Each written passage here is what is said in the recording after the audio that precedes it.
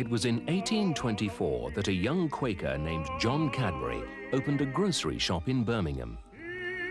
His first product range included tea and coffee, but was soon extended to a chocolate-based beverage, which he advertised Cocoa Nibs, an article offering a most nutritious beverage for breakfast. Common cocos at that time were balanced with potato starch and sago to absorb excess cocoa butter. But John Cadbury's sons, Richard and George, introduced a press to extract some of that cocoa butter, improving the taste by eliminating the need for additives. The new Cadbury's Cocoa Essence was born and advertised as absolutely pure, therefore best. Over the next few years, with the launch of many chocolate products, their business was so successful that they soon outgrew their Birmingham factory. And in 1879, they found a site outside the city by the little River Bourne. It had a canal to bring in raw ingredients and a railway to dispatch finished goods, and they called it Bourneville. Cadbury's dairy milk chocolate was launched from here in 1905. In 1919, the Cadbury business merged with J.S. Fry's in Bristol, who had a long history of successful chocolate products. Fry's Crunchy was launched in 1929 before manufacturing moved to a greenfield site at Somerdale between Bristol and Bath. Chocolate begins life as cocoa beans.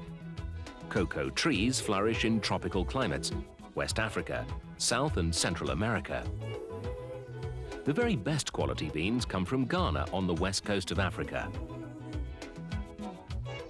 After harvesting, sun-dried cocoa beans travel by sea to the UK.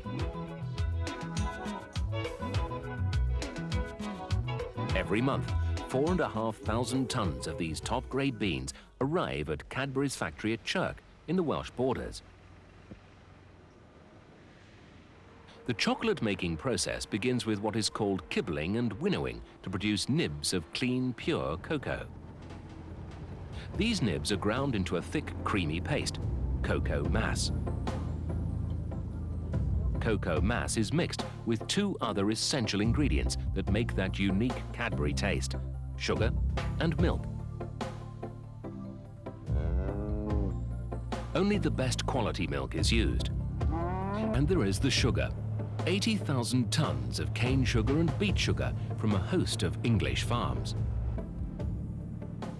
Here at Marlbrook, the smooth, creamy Cadbury's chocolate taste begins. The cocoa mass, sugar and fresh milk are brought together in a gradual cooking process. Then it's dried to form the basic ingredient for that famous Cadbury's taste called chocolate crumb. This is carefully tested and sampled to ensure consistent quality and transported to Bourneville or Somerdale, where the complex process of making chocolate continues. The crumb which arrives at our factory in Bourneville is essentially, it's nearly chocolate, so it's basically chocolate without the cocoa butter added to it.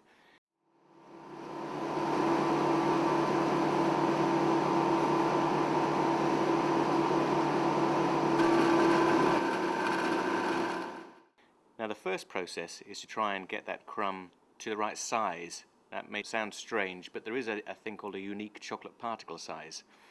And if that chocolate particle size is too large, obviously you get a sort of gritty, sandy type of chocolate. But conversely, if that chocolate particle size is too small, then you'll get a greasy, slimy chocolate, and that's not pleasant either. What you're looking for is a chocolate particle size which is just right, so that when you eat it and it melts in your mouth, there should be some resistance as you push it around your mouth with your tongue.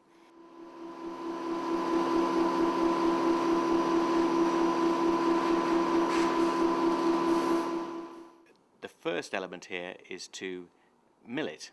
We're taking the chocolate crumb and we're milling it between two steel mills.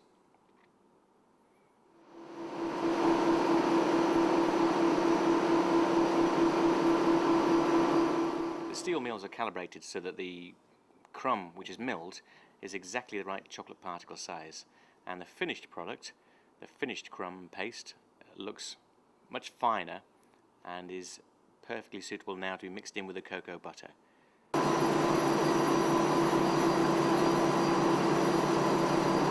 The next process is that the crumb is mixed in and blended and tempered with the cocoa butter which has arrived from Chirk, and you have chocolate.